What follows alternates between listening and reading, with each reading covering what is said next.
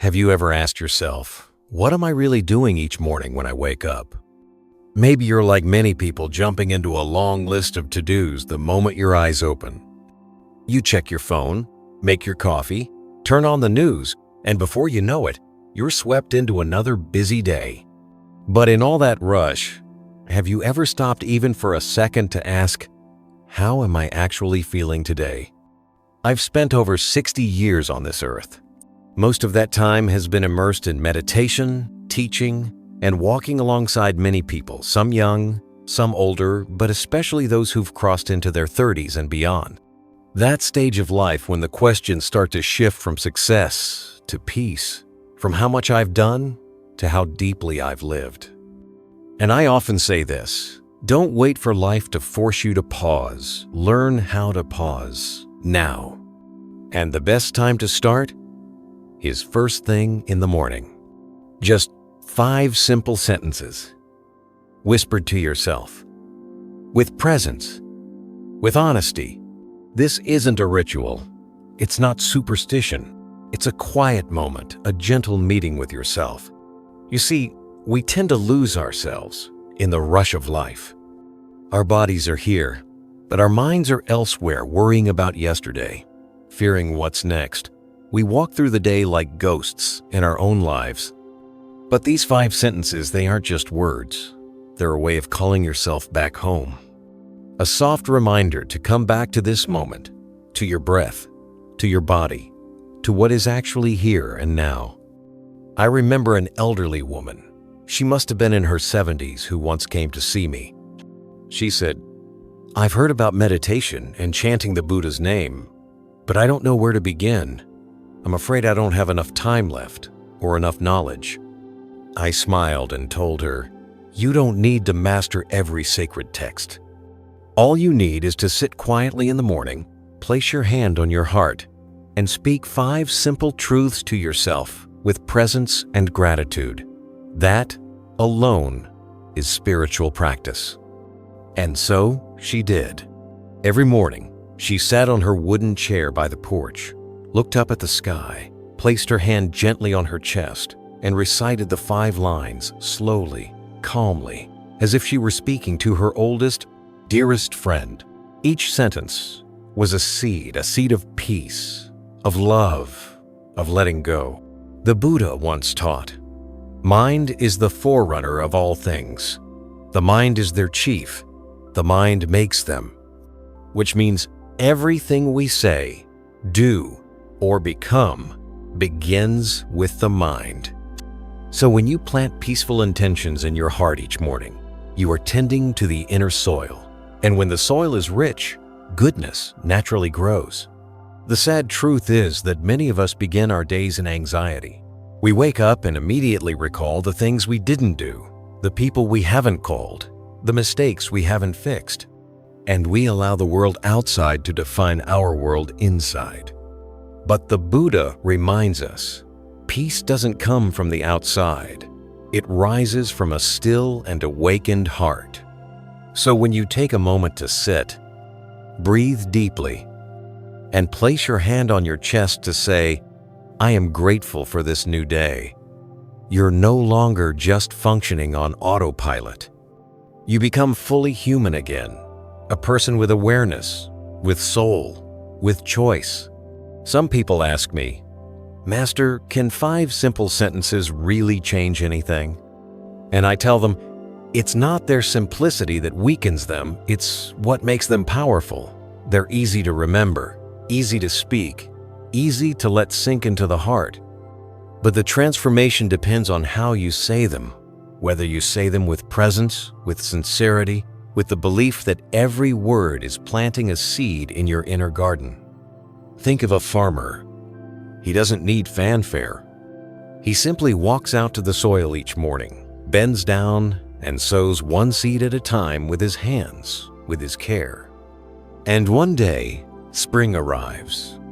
Life is like that. When we speak these 5 sentences each morning, not from habit, but from the heart, we're sowing 5 seeds of gratitude, impermanence, compassion, wisdom, and inner peace. Over time, they take root, not just in our words, but in how we respond to pain, how we forgive, how we listen, even in how we sit silently with our own flaws, without judgment. And then, one morning, you'll notice something different. You're not saying these 5 sentences because you have to. You're saying them because you want to, because they feel like a sacred reunion with yourself. A homecoming. Quiet. Deep. Real. If I had to choose one image to describe the path of spiritual practice, I'd compare it to a tree. Not a loud or flashy one, but a quiet tree, slowly growing from deep within the earth. No rush, no noise, just steady, silent growth from the inside out. And every morning, when you sit down, place your hand over your heart and gently repeat those 5 mindful sentences. That's when you are watering the spiritual roots within you. Not with lofty philosophy, not with complicated rituals, but with sincere, humble repetition. I still remember the Buddha's teaching in the Anguttara Nikaya. Just as water, drop by drop, fills a pot, so too, consistent effort brings inner growth. These 5 sentences, though they may seem simple, are not small. They are 5 pillars that quietly uphold your inner life. Gratitude, impermanence, compassion, wisdom, and inner peace. And if you really listen, each sentence isn't just a statement, it's a doorway into a deeper understanding of the mind.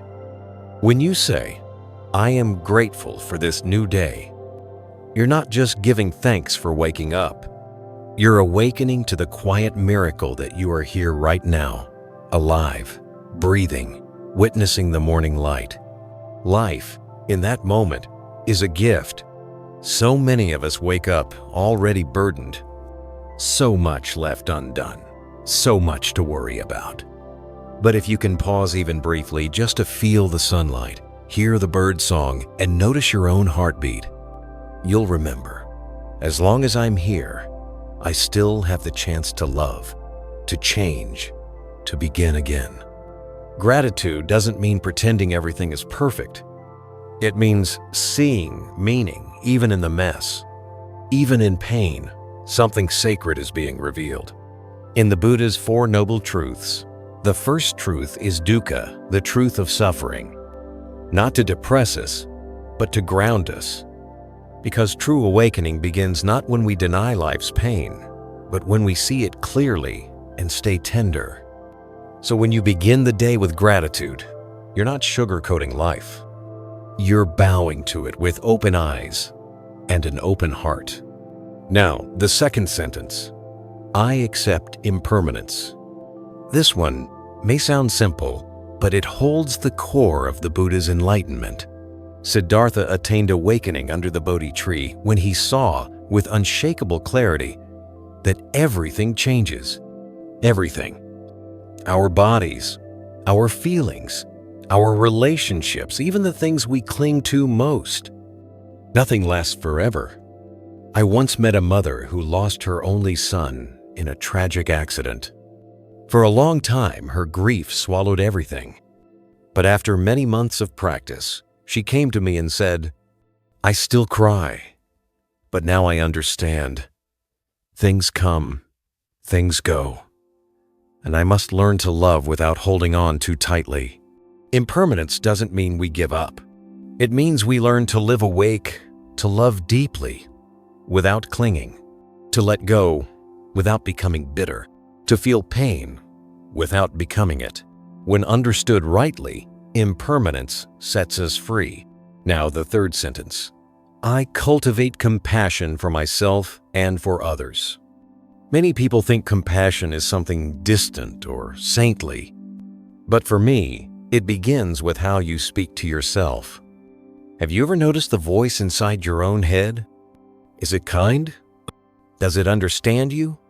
Or does it judge, criticize, push? The Buddha once said, love yourself first, and then you can truly love others. When you can sit quietly, place your hand on your chest and say, I forgive myself. I accept myself. You are opening a doorway that allows compassion to flow outward. And suddenly, when you meet someone who is angry, impatient, or in pain, you don't react with frustration.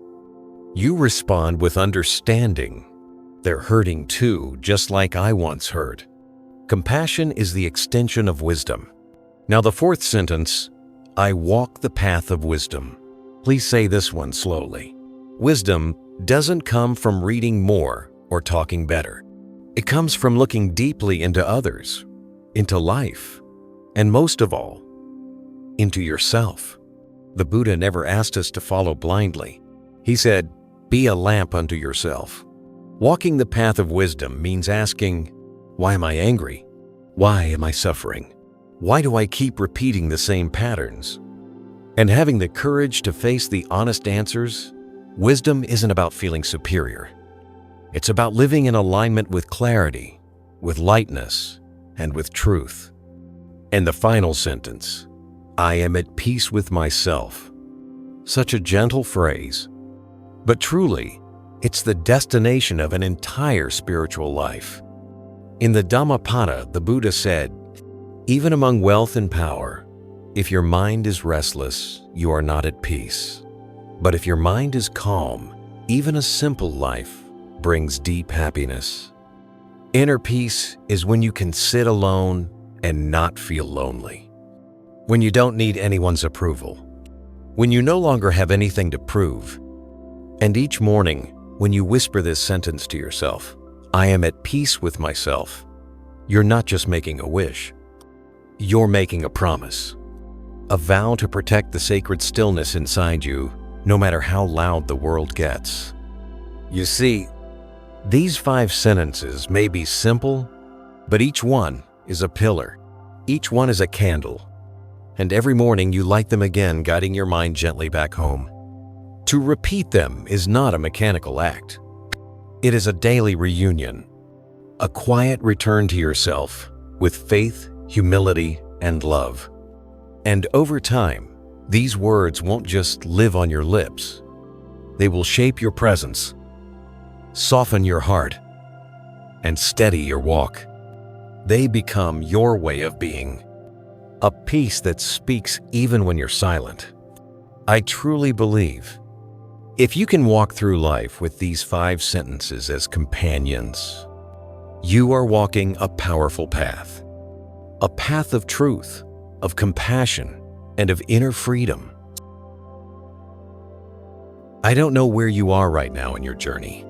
Maybe you're in a peaceful chapter of life. Or maybe you're quietly struggling with emotions that don't have easy names. Anxiety, self-blame, disappointment, or even shame over things that have happened in the past. I've met many people, especially those over 40 or 50. And one thing I've come to realize is this. What hurts us most is not what others say to us, but how we speak to ourselves when no one is listening. Have you ever caught yourself thinking things like, why am I so stupid? I messed it up again. Maybe I'll never get it right. I don't deserve to be happy. Those quiet whispers, though unheard by anyone else, can feel like tiny, sharp blades. Little stabs that slowly wear down our self-worth, our confidence, our spirit. And that is exactly why I gently encourage you. Every morning, repeat those 5 mindful affirmations to yourself. Because here's the beautiful truth.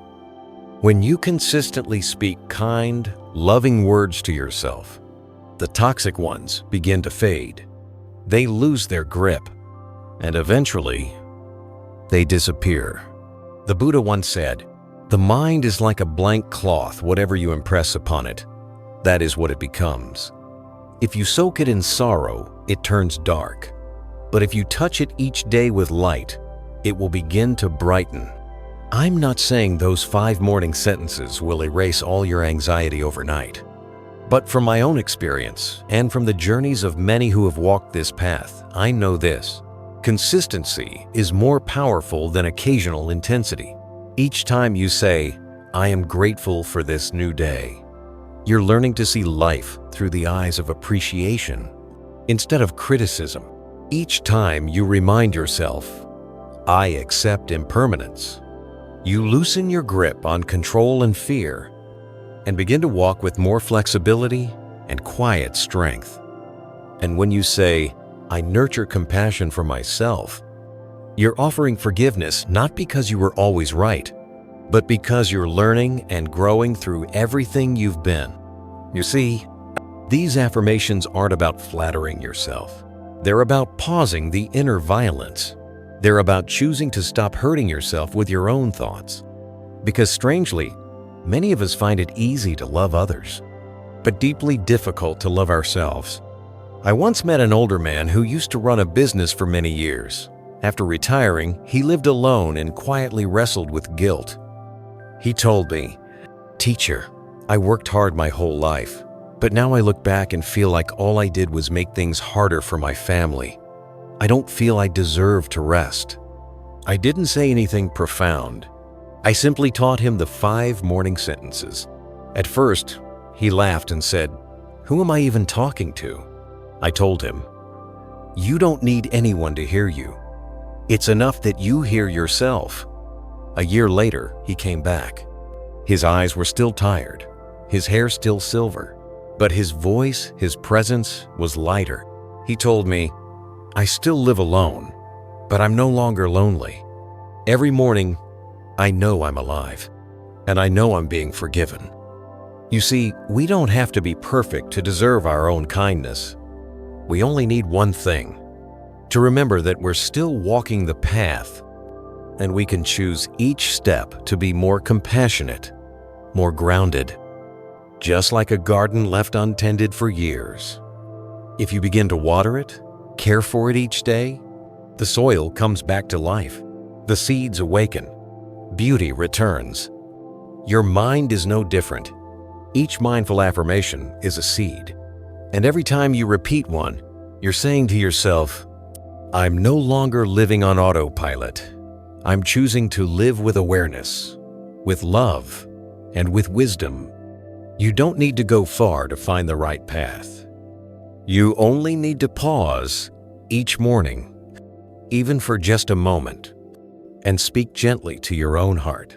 No elaborate rituals, no complicated explanations, just honesty, just presence. And I truly believe, from that honest place, real transformation begins. And you'll start to see more clearly who you are, where you're going, and how deeply you deserve peace.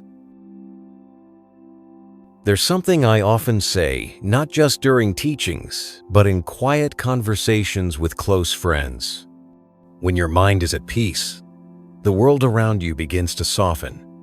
Maybe you've felt it before. One morning, after sitting in stillness for a while, breathing slowly, you suddenly feel lighter. No rush, no worry, no burden. And then you walk into the kitchen. The kids have made a mess. Your partner is saying something with a bit of frustration in their voice. But this time, you don't react the way you used to.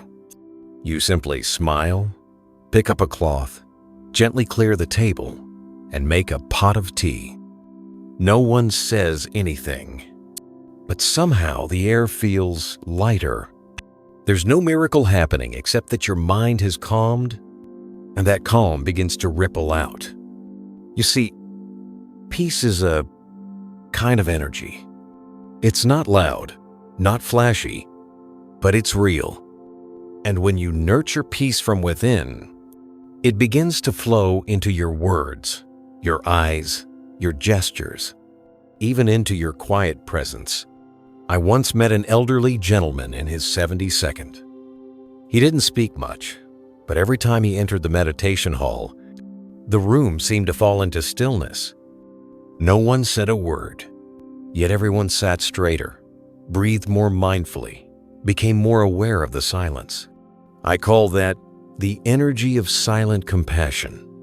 No explanations, no preaching, just presence. And that alone is already planting seeds. The Buddha once said, "The mind is the forerunner of all things. The mind is the master. The mind shapes everything. Everything we do, what we say, how we act, how we look at others, all begins in the mind. If the mind is full of restlessness, even when we try to act kindly, that inner tension will spill out.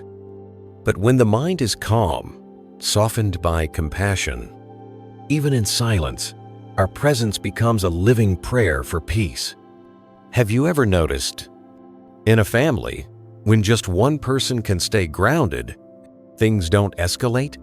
That one person who doesn't shout back, who chooses to pause, who looks at their loved ones with understanding. That person doesn't have to be the eldest or the wisest, just someone who knows how to return to themselves and hold a moment of stillness before responding. You can be that person in a world full of noise, arguments, and reactivity.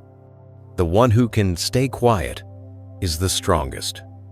Not a silence of fear or surrender, but the kind that comes from inner stability, a deep-rooted calm that isn't shaken by the storms outside. I know keeping your mind peaceful in daily life isn't always easy. We've all lost our temper.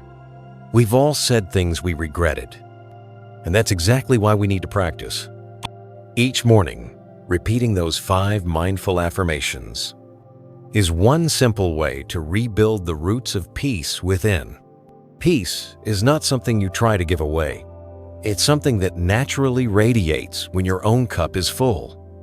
Like a lotus flower, it doesn't try to release fragrance. It just lives fully as itself. And the scent simply happens. So do you. When you live with gratitude, accepting impermanence, with compassion, wisdom, and peace within yourself, you naturally become a seed planter of peace. There's kindness in your eyes. There's understanding in the way you listen. There's healing in the way you speak.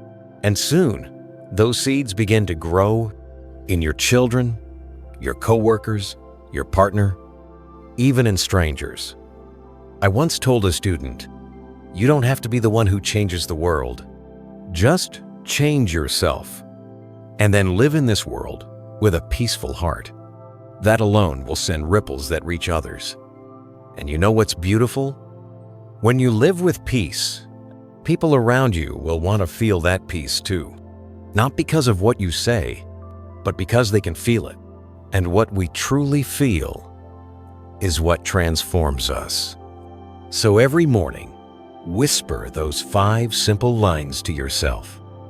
Not to prove you're good, but to offer your heart a quiet place to rest.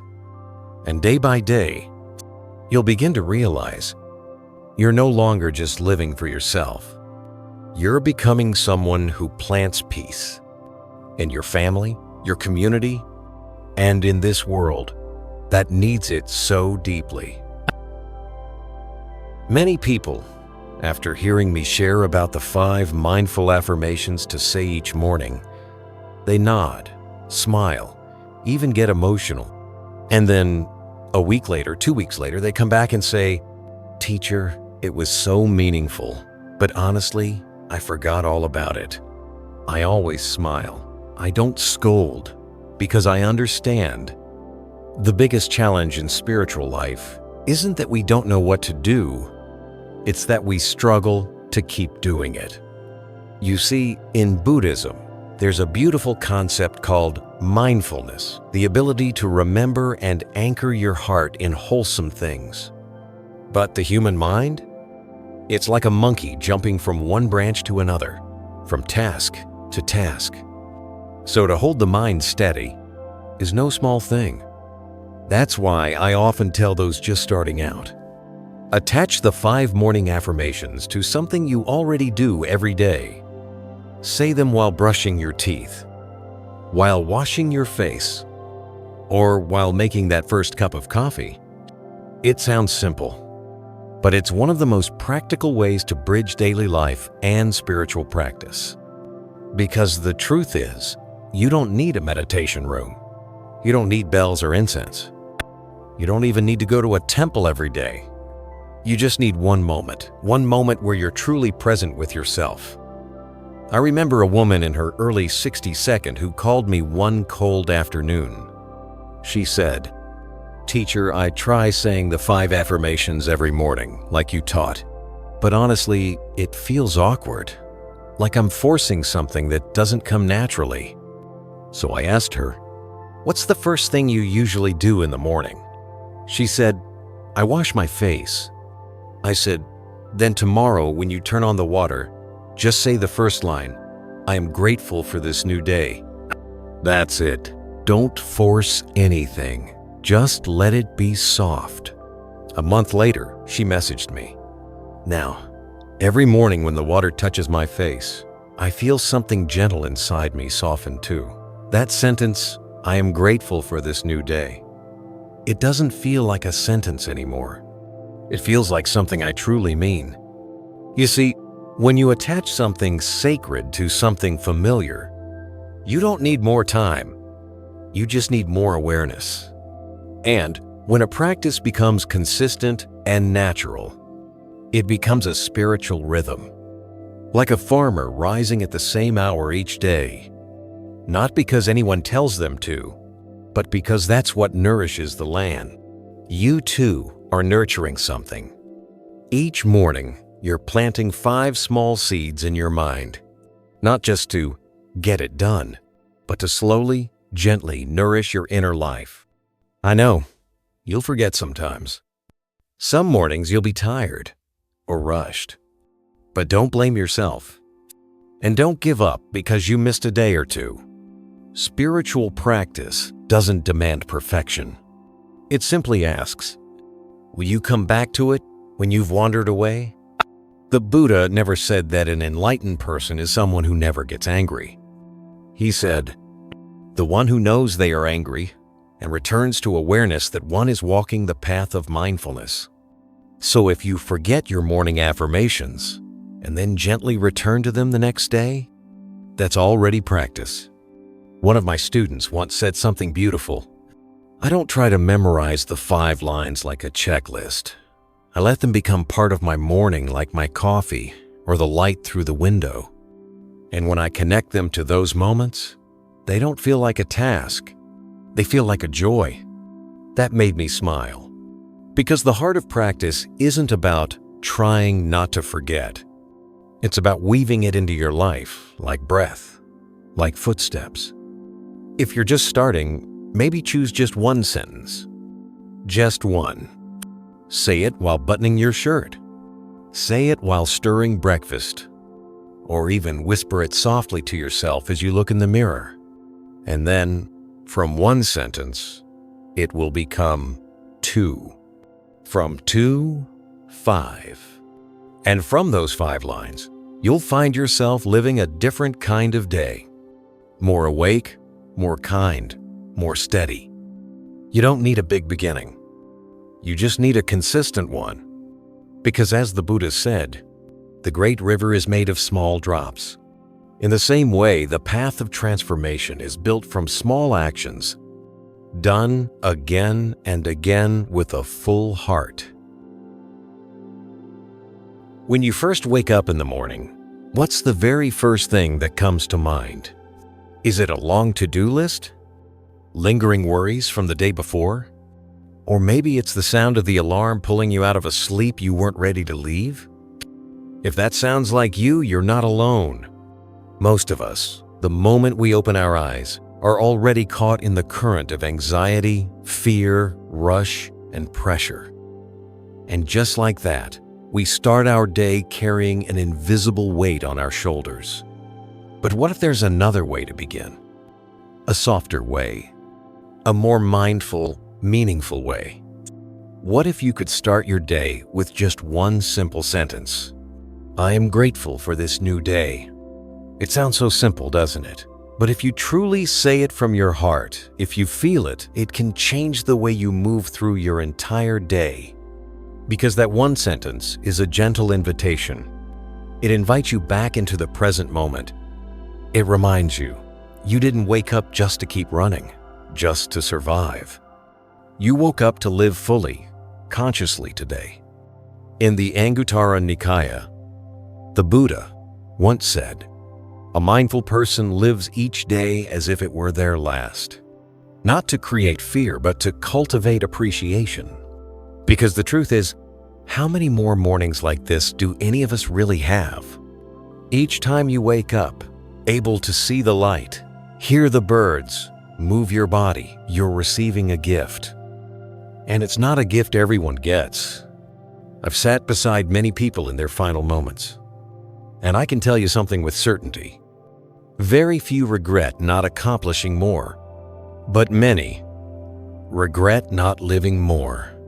They wish they'd said thank you more often, loved more openly, taken time to watch a sunset, to smell a warm bowl of rice, to notice the tenderness in a loved one's eyes. You see, if you look at your day only as a list of tasks, it feels heavy. But if you see it as a chance to love, to learn, to pause, to give something kind, then it becomes sacred. And the key to seeing that way is gratitude. Gratitude isn't just about saying thank you. It's a state of deep awareness, a recognition that, in this moment, you already have enough. Even if you're not wealthy, even if you're struggling, even if your health isn't perfect, if you can still breathe, still feel, still love, you are already more blessed than many. A Zen master once said, "Each morning, we are gifted 24 brand new hours, fresh, unspoiled. Don't let them pass by unconsciously." You don't need to journal. You don't need to do anything elaborate. Just pause for a few seconds each morning before you do anything else. Take a breath and slowly say, "I am grateful for this new day." And as you speak it, feel it. Grateful that you woke up. Grateful that you're still here. Grateful that no matter what happened yesterday, today is a new chance to walk forward with hope. If you stay with this practice day after day, you'll begin to notice something beautiful. You start seeing ordinary things in extraordinary ways. A simple breakfast becomes a treasure. Your loved one's smile feels like a blessing. Even the day's challenges start to carry meaning because you began your day with gratitude, not fear. I often tell my older students this: we can't turn back time, but we can make the time we have left more meaningful by living fully, one day at a time. That one sentence, "I am grateful for this new day," it's not some magic mantra. It's a pause, a gentle tap on the heart, a moment that stops you from being swept away by the noise of the world and calls you back to yourself. And truly, one day is enough. One day, lived fully present, awake, and grateful, is already a profound step on the spiritual path. There's a sentence I quietly say to myself each morning, right before stepping into a brand new day. It goes like this: I accept impermanence. And you know, every time I say it, something in me feels a little lighter. Not because life suddenly becomes easier, but because I stop trying to resist it. I believe that at a certain age, especially after 40 or 50, we start to see life more clearly for what it really is. Our bodies begin to change. The people we love slowly begin to leave. Jobs shift. Roles within the family evolve. And that comforting illusion that we're in control of everything begins to crack. If we don't understand impermanence, it's easy to feel shaken, to resist change, to feel angry at life, at others, even at ourselves. But in the Buddha's teachings, impermanence isn't something to fear. It's a sacred truth. In fact, the Buddha called it one of the 3 marks of existence, along with suffering and non-self. When I was a young monk, I used to think that accepting impermanence meant giving up, as if it meant letting fate take over, or surrendering passively. But after years of deep meditation and reflection, I came to understand something different. Accepting impermanence is not giving up. It's letting go of the useless struggle so we can live more gently, more truthfully, and more freely. I remember sitting once with an older woman who had just lost her husband of over 40 years. Through tears, she told me, "I know everyone has to go someday, but I still feel like I've been torn apart." I didn't say much. I just held her hand and softly said, "Impermanence doesn't erase the pain, but it helps us stop asking why it happened and start asking how we now choose to live with depth, with peace, with presence." Impermanence is something we all understand intellectually, but it's only when we face loss, separation, illness, or even a deep shift within ourselves that we begin to understand it with the heart. So when you whisper to yourself, "I accept impermanence," each morning, you're practicing something profound. You're training yourself to stop resisting the flow of life. You stop needing everything to stay the same. You stop getting angry when things don't go as planned. And you start moving through life like a river, able to curve around obstacles, able to pause when needed, able to flow when it's time. In one of the sutras, the Buddha compared the mind to water. When it's agitated, we can't see clearly. But when it's still, we can see right to the bottom no matter what's there. Accepting impermanence is how the mind settles. We stop thrashing. We stop clouding the water. I have a middle-aged student who once had it all: success, wealth, family, but by the age of 55, he lost both his job and his spouse in the same year. He came to me and asked, "Why would life take everything away all at once?" And I replied, "Life didn't take anything. Everything was simply changing. The problem is you're still holding on. Our suffering doesn't come from the change itself, but from our unwillingness to let go. But once we begin to truly accept impermanence, we stop being ruled by the fear of change. We learn to love without clinging. We learn to appreciate without demanding things to last. And from that place, freedom begins. Freedom doesn't come from having more or controlling everything. It comes from no longer being bound by the fear of losing. You begin to live fully because you understand everything in life is simply coming together and falling apart. Just like a flower, it blooms and then it fades. But the flower doesn't grieve that. It simply blooms fully when it's time and lets go when it's time to fall. So, when you say, "I accept impermanence" each morning, let it be more than words. Let it be the way you meet the world. When someone hurts you, you'll feel it, but you'll also know emotions pass. When your body ages, you'll see it not as a failure, but as nature's way. When things change, suddenly you'll smile gently and say, "Ah, impermanence has come again." And with that, you stop living in fear. You begin to live with the grace of someone who truly sees and who is slowly learning to love life through the eyes of wisdom. When people hear the word compassion, some might think it's something soft, maybe even weak, a kind of passiveness or gentleness that doesn't stand up for itself. Especially in a world that celebrates success, competition, and the need to toughen up so you won't get hurt, compassion isn't always seen as valuable. But I see it differently. And I believe if you've truly lived through loss, if you've ever carried deep emotional wounds, if you've known what it feels like to be lonely or misunderstood, then you understand compassion isn't weakness. It's a quiet strength, a deep, unwavering power. I once met an elderly man in his 70s who lived alone, without any children or family nearby. During one of our conversations, he said, "Teacher, I used to be quick-tempered. I snapped at everything, but the older I got, the lonelier I felt. One day, I just sat down and asked myself, how many people have I pushed away just because of my anger? We all have moments when we get angry, jealous, or feel hurt. That's part of being human. But without compassion, those emotions can grow.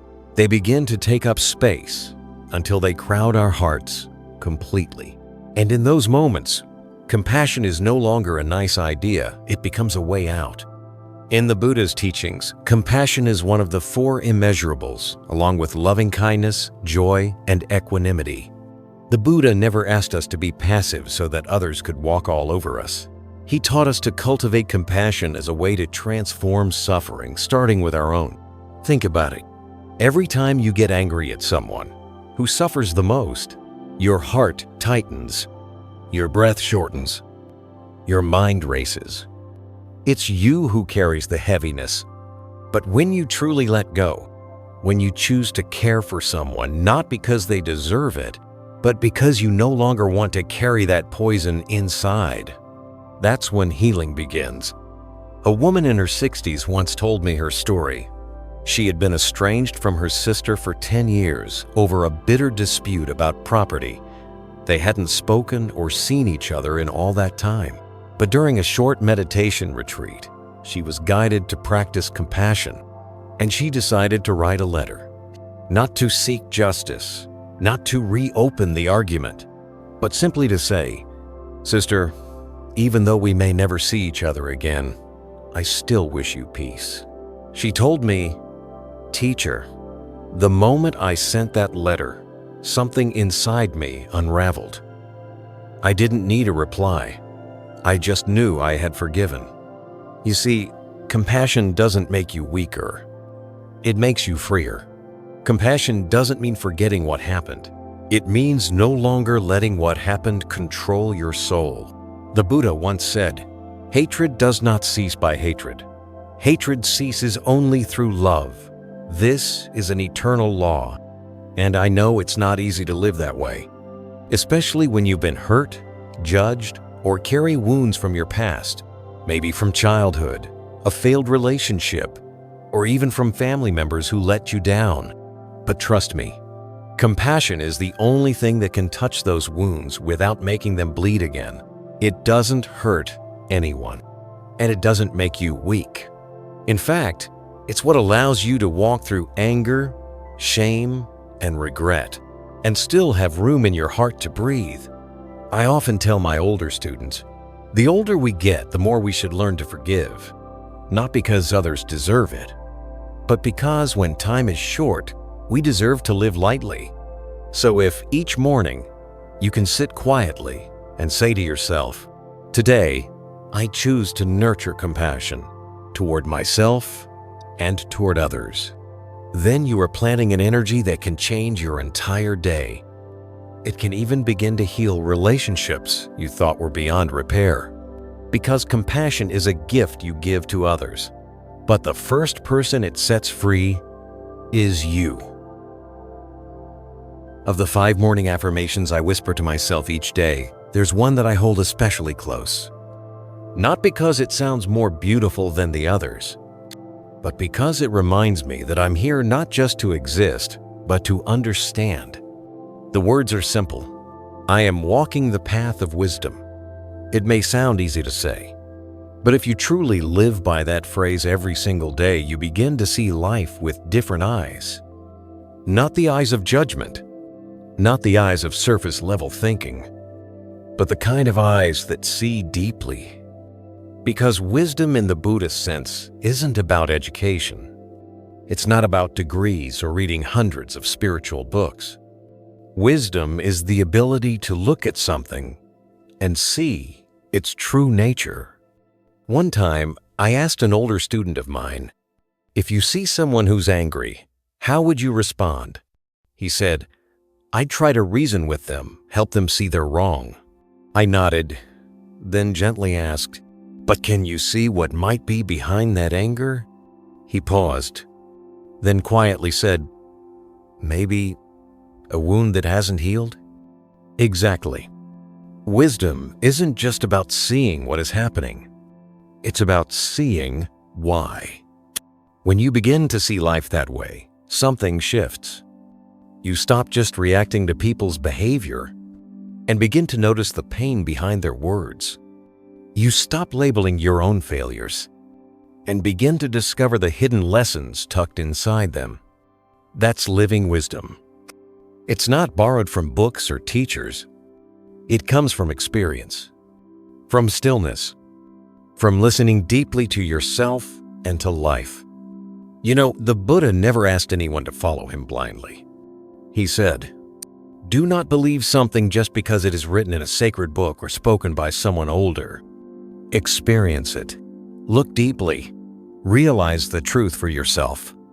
That's why when you say to yourself each morning, "I am walking the path of wisdom," you're making a quiet promise that today you won't rush through life. You won't simply react out of habit. You won't just chase whatever's next. You'll pause. You'll see. You'll understand. I once knew a middle-aged woman, bright, successful, confident. She said to me, "I know everything about business, finance, leadership, but I don't know anything about the sadness inside me." She was brilliant, but she hadn't yet stepped onto the path of true wisdom. Because wisdom, at its core, is knowing what you feel, where you're hurting, what you're reacting to, and having the courage to look straight at that truth without flinching, without judgment. Walking the path of wisdom doesn't mean you'll never mess up again. You'll still get angry. You'll still feel sadness. You'll still make mistakes. But now, you'll stop. You'll look inward, and you'll ask, what is life trying to teach me here? What part of me is still asking to be healed? Am I seeing this through a lens of fear? And every time you ask a question like that, you're digging deeper into your own soil. Like a gardener reaching for the rich, damp earth where seeds can finally take root. That's where wisdom grows. Not from rushing, but from quiet looking. I often tell my older students, as we age, we should slow down, not because we're weaker, but because we've lived enough to start seeing more deeply. We don't need to run anymore. We don't need to prove anything. We just need to see life as it is. And from that seeing comes a deep sense of peace. Not because life becomes easier, but because we stop resisting what's true. And that is wisdom. A small light, but enough to keep us from stumbling over ourselves again. So tomorrow, if you wake up and you're still breathing, sit for a moment, place your hand over your heart, and say quietly, "I am walking the path of wisdom." No one else needs to hear it, but you will know, and that's enough. Because that sentence isn't for showing off. It's a silent promise that today you'll live with understanding, with sincerity, and with eyes open. From the inside out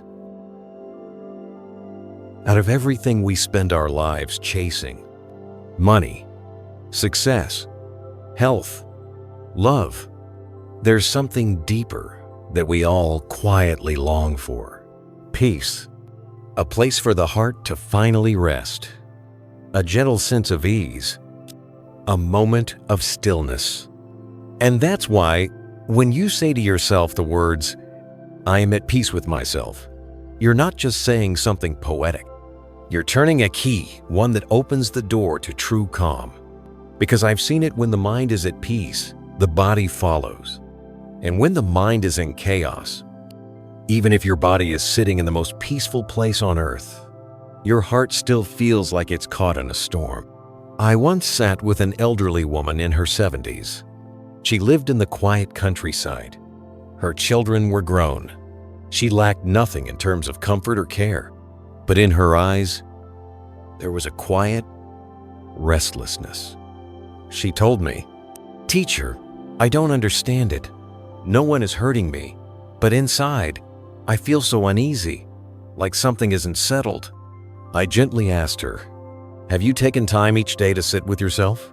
She hesitated and said, "I chant the Buddha's name, but I've never really listened to my own heart." You see, many of us think we're living, but we're really just fighting. Fighting old thoughts, fighting disappointment in ourselves, fighting an unhealed past, fighting the aging of the body, and sometimes even fighting silence. But the Buddha said, no one can give you peace unless you learn to return to your own heart. And returning doesn't mean shutting out the world. It means stopping long enough to hear what's really going on inside. When you whisper to yourself, "I am at peace with myself," you're not denying the messiness of life. You're doing something far more courageous. You're touching that messiness with kindness instead of judgment. Maybe today, your mind is still heavy. Maybe you haven't figured everything out yet. But if you can say to yourself with honesty and softness, "I'm not perfect. I'm still learning, but I choose to be at peace with myself," then in that very moment, you've already taken a powerful step toward healing. I remember a meditation student in her 60s who had struggled with insomnia for years. She tried everything: pills, aromatherapy, calming music. Nothing worked until she began a simple practice. Each night, before sleep, she would place a hand on her chest and say, "I am at peace with myself." She told me, "Teacher, something changed when I stopped needing everything to be fixed. When I stopped needing others to understand me, when I stopped needing to be right or perfect, my body finally began to relax. When the mind rests, the body follows. Because the body is just the vehicle, the mind is the driver. You can live in a noisy city, be surrounded by deadlines, people, and pressure, but if your heart stops resisting, peace can still find you. And the opposite is also true. You could live in a forest, a monastery, or by the ocean, but if your mind is still tangled in tension, then peace will still feel far away. That's why "I am at peace with myself" is not just some dreamy mantra. It's a practical, radical act. It's when you stop judging yourself for your mistakes. When you stop comparing your life to someone else's dreeplanks and endivplankstanks. When you exhale and accept, "I am who I am, and I'm still becoming." And when you find peace within yourself, you'll notice you don't need to control others anymore. You don't get angry as easily. You stop getting pulled into arguments that don't matter. You start to smile more, to breathe more, to soften more, not because you're weak, but because you're strong enough to stop fighting. So tomorrow, when you wake up, before reaching for your phone, before turning on the coffee machine, sit for just a few moments. Place a hand gently over your heart. Take a deep, slow breath and say softly, like a quiet vow, "I am at peace with myself." No one else has to hear it. It doesn't need to be posted or proven. As long as you hear it, that's enough. Because in that moment, you are no longer living in opposition to life. You are walking in companionship with your breath, your body, and your spirit together. There's something I'd like to share with you gently, like we're sitting together on a quiet morning, hands wrapped around a warm cup of tea. It's this: every morning, when you repeat those 5 simple affirmations, you're not just reciting nice words, you're setting in motion a new stream of karma. Now, I know hearing the word karma might make you think of something heavy or even judgmental, but in the Buddha's teachings, karma is not a punishment. It's not destiny carved in stone. Karma simply means habitual energy, the patterns we create through our thoughts, words, and actions. The way we think, the way we speak, the way we act, this becomes karma.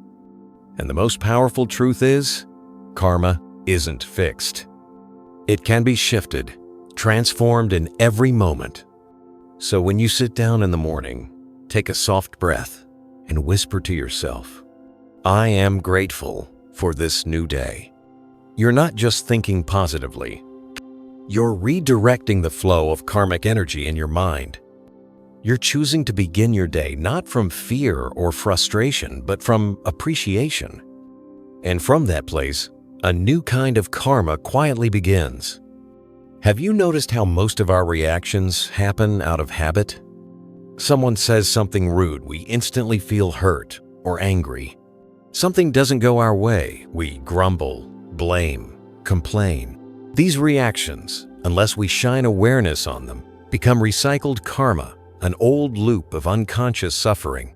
But when you practice those 5 affirmations each morning, you're doing something subtle but truly miraculous. You are bringing new light into old pathways.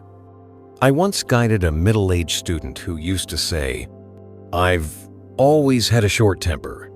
I can't control my emotions. I didn't teach him how to suppress his anger. I simply said, each morning before you leave the house, read those 5 lines. No rituals needed. Just be present with each word. 2 months later, he shared something beautiful. Teacher, I still get angry, but now I notice that I'm angry, and I feel a pause before I react. And that pause, that moment of mindfulness, that is the sign of new karma being born, not the old automatic pattern, not unconscious reactivity, but a moment of conscious awareness. And once you begin creating new karma through your thoughts, your speech and your actions will begin to shift too. You speak more gently. You move more slowly. You begin to listen.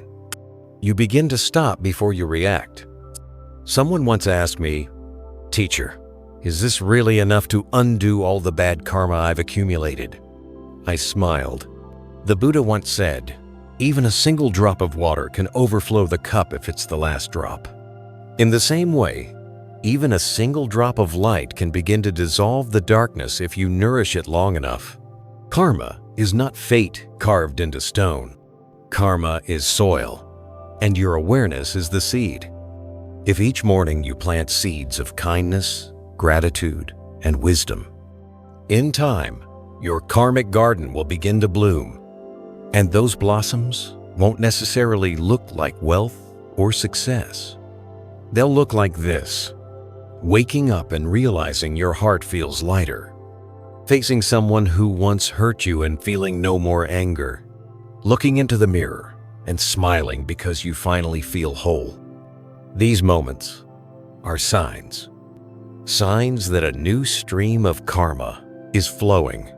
So please, don't underestimate the power of those 5 affirmations. They are not just words. They're like a small spring of water quietly washing away years of dust from the heart. And when you repeat them each morning, you're not just beginning a new day. You are becoming a new version of yourself. A version rooted in clarity. A version led by kindness. A version guided not by habit but by intention. And that, my friend, is the very beginning of freedom. There's something I often say to those just beginning their spiritual path. Don't just read the words, look deeper into the image. Because sometimes a single image can take us somewhere that words simply cannot. That's why, when I guide my students through the practice of the 5 morning affirmations, I always suggest pair each phrase with a visual symbol, a gentle image, or a moment of guided meditation. Not to decorate, not to make things look pretty, but to feel more deeply and remember more clearly. For example, with the very first line, I am grateful for this new day. Picture the early morning light rising through your window. Warm sunlight spilling gently through the leaves, touching your skin, resting in the palm of your hands. It doesn't have to be elaborate. Just feel the aliveness of this moment touching you like a soft gift from life itself. And suddenly, gratitude is no longer an idea. It becomes something you live and breathe. Then, with the second line, I accept impermanence. Picture a single leaf falling, soft, unhurried, without resistance. That leaf doesn't ask why it must fall. It doesn't blame the wind. It simply lets go at the right time. And if you can see yourself in that leaf, you'll understand something powerful. Freedom doesn't come from holding on. It comes from knowing when to release. As the Buddha once said, one who sees impermanence has wisdom. One who lives with impermanence has freedom. Now for the third line. I nourish loving kindness for myself and others. Picture a white lotus blooming, rising from the mud, surrounded by water, yet untouched by it. That's you. You are that lotus. Still soft, still fragrant, even when life around you feels messy or out of balance. Each time you feel angry at someone, imagine that lotus closing its petals. And when your heart softens again, imagine it blooming. Silent, proud, beautiful. With the fourth line, I am walking the path of wisdom. Visualize an oil lamp glowing in the darkness. The light isn't blinding, but it's enough to guide you. You don't need to see the entire path. You just need to see the next step. Wisdom doesn't come from knowing everything. It comes from seeing what is clearly, kindly, in this very moment. And like that oil lamp, you nourish wisdom with attention, with breath, and with daily patience. Finally, the fifth line. I am at peace with myself. Picture a soft, golden light wrapping around your body like a gentle mist, like your mother's embrace from childhood. This light doesn't come from the outside. It arises from within every time you stop resisting who you are. Every time you exhale and whisper, "This is enough. Today, just as it is enough." That light spreads, quiet, steady, real. You see, our mind remembers images longer than it remembers words. And when you pair visual meditation with your affirmations, you're planting something much deeper. Not just understanding with the head, but absorbing with the heart. And that kind of absorption, that's what transforms old unconscious habits. That's what heals. I often say, a beautiful image, when nourished by mindfulness, becomes a living energy. It's like looking at a painting of the Buddha. You're not just seeing a human figure. You're feeling the serenity, compassion, and deep stillness in every line, every brushstroke. So each morning, as you repeat your 5 affirmations, light a small inner symbol, a falling leaf, a blooming lotus, a glowing lamp, a stream of golden light. They don't need to be in front of you. They only need to be alive within you, held gently in full presence. And in that way, each sentence becomes more than words. They become meditation. They become experience. They become transformation. Have you ever thought that just 2 minutes each morning, 2 minutes of being truly present, could open a completely new doorway for your soul? I once met an elderly Buddhist practitioner in California. During a Dharma talk, she quietly shared with me, "Bhante, I love the teaching so much, but I just can't sit in meditation for long. My knees can't take it anymore. Every time I try to sit still for 15 minutes, all I hear is my body complaining." I smiled gently and said, "You don't need to sit long, you just need to sit truly, even if it's only for 2 minutes. Because spiritual practice isn't about who can sit the longest. It's about who can be fully present with themselves in that precious moment." You see, not everyone can meditate for 30 minutes each morning. Life gets busy. Our bodies age, responsibilities pile up, and sometimes we start to feel like we're not qualified to practice in the way we think we should. But here's what I want to tell you. Anyone can give themselves 2 minutes. Just 2 minutes to repeat 5 phrases with presence. And if you do that every single day, you are already practicing. Now, I want you to picture this. Tomorrow morning, the moment you wake up, instead of reaching for your phone or jumping out of bed in a rush, place your hand over your heart. Close your eyes. Take one slow, deep breath and say these 5 phrases, gently, sincerely. I am grateful for this new day. I accept impermanence.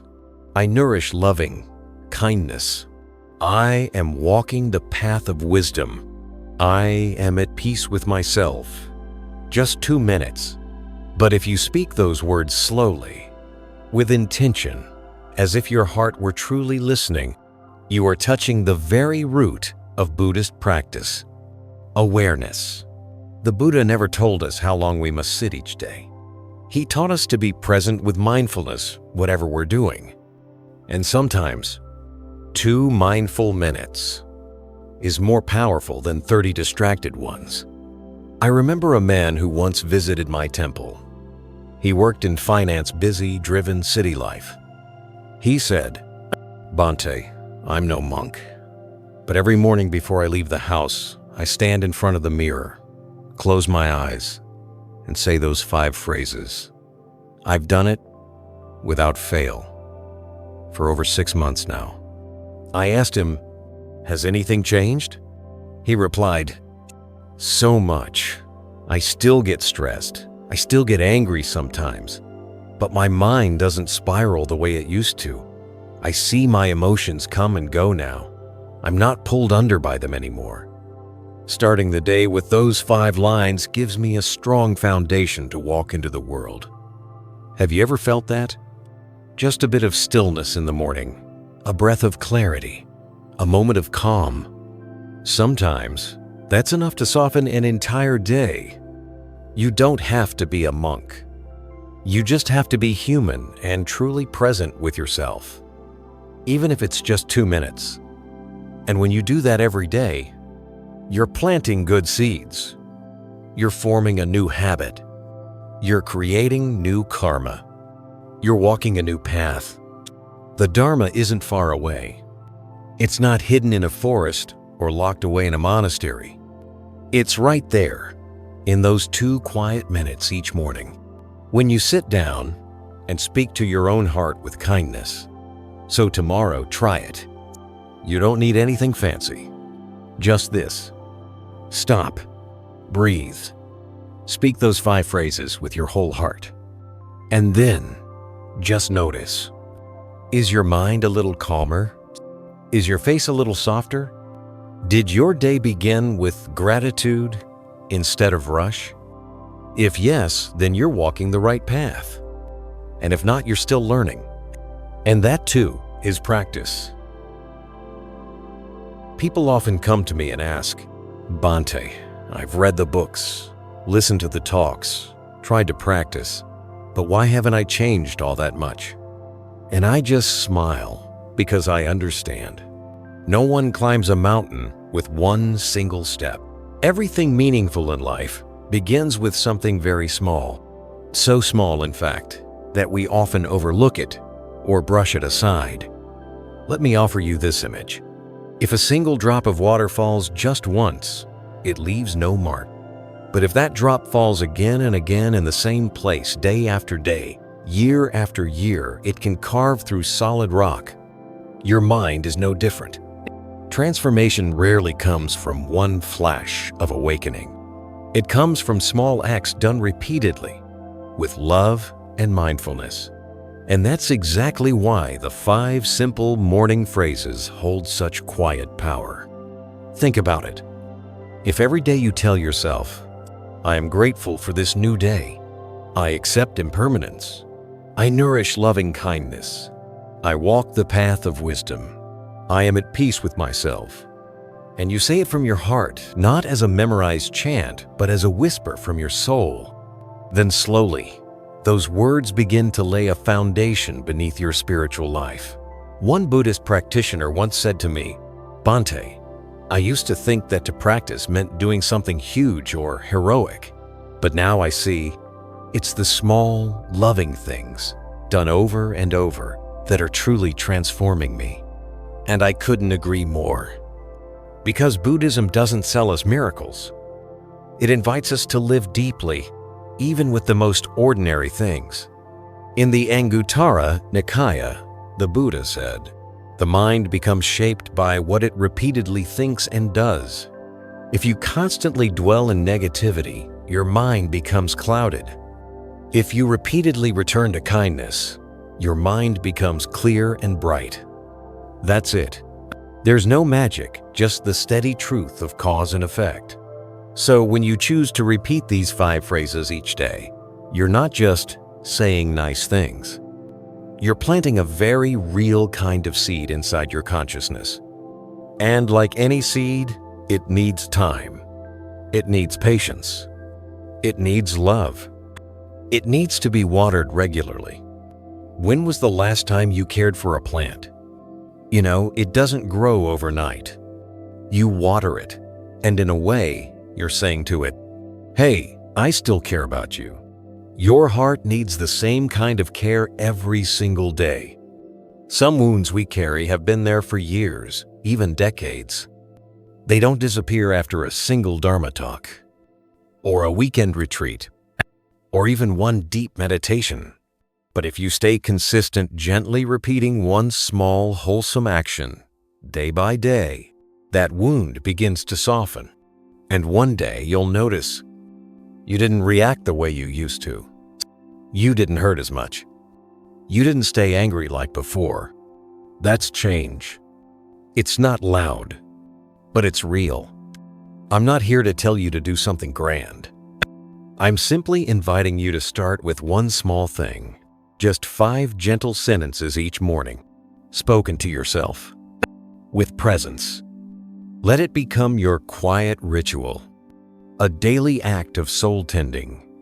And please, don't underestimate the small, because it's the small things done again and again with love that carry us from confusion to clarity, from pain to healing, from restlessness to peace. And if today you feel like you haven't changed enough, or you're not as disciplined as you hope to be, don't judge yourself. Just begin again with one small thing, and do it with your whole heart. I don't know if you're listening to this video in the morning or at the end of your day, but whatever time it is, I truly believe it's never too late to come home to yourself through something very simple. I'm talking about the 5 mindful phrases we've been practicing throughout this video series. Someone once asked me, "Bhante, if I repeat these 5 sentences every day, then what? Will they really change the way I live?" I smiled and said, "Not only will they change you, they will guide you."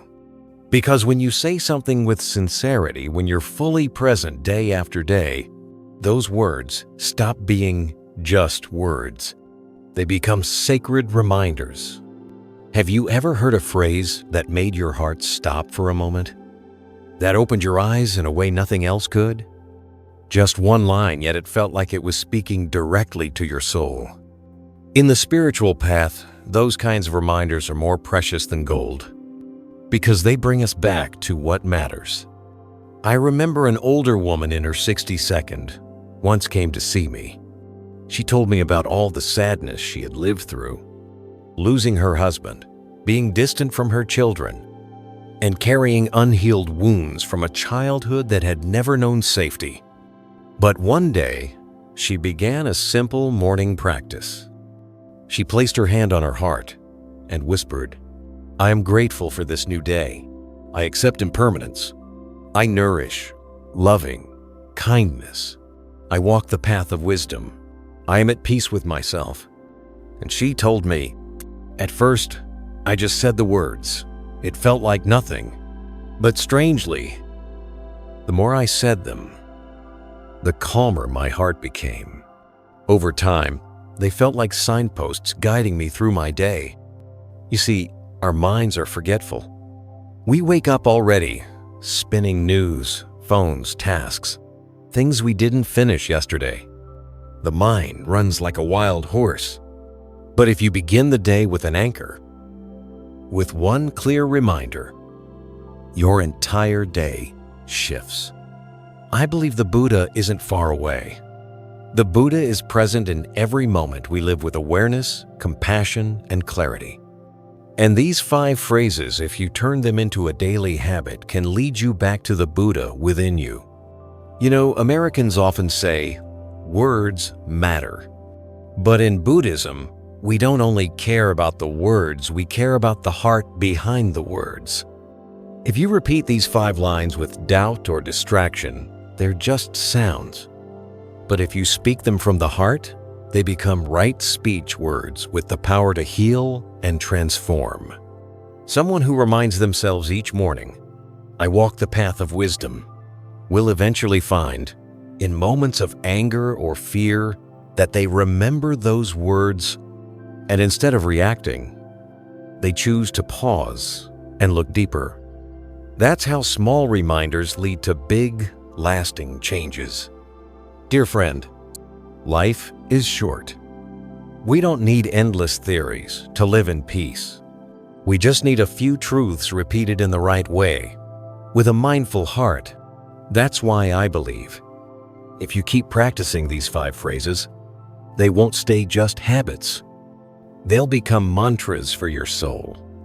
Each sentence is a seed, and each time you repeat it, you water that seed. And one day, when life tests you, you'll discover a quiet sanctuary within you, made of those very words. Before we close today, I want to ask you, out of the 5 phrases, which one brings you home to yourself the most? Please share it in the comments. Because maybe, just maybe, the sentence you choose is exactly the one someone else needs to hear today. And if this video series has helped you return to a more mindful life, I invite you to subscribe to the Buddhism Seeds channel so we can continue this journey together. Don't forget to like the video, share it with someone you care about, and leave a few words in the comments. You never know, your sentence may plant a light in someone else's heart. I'll see you in the next video.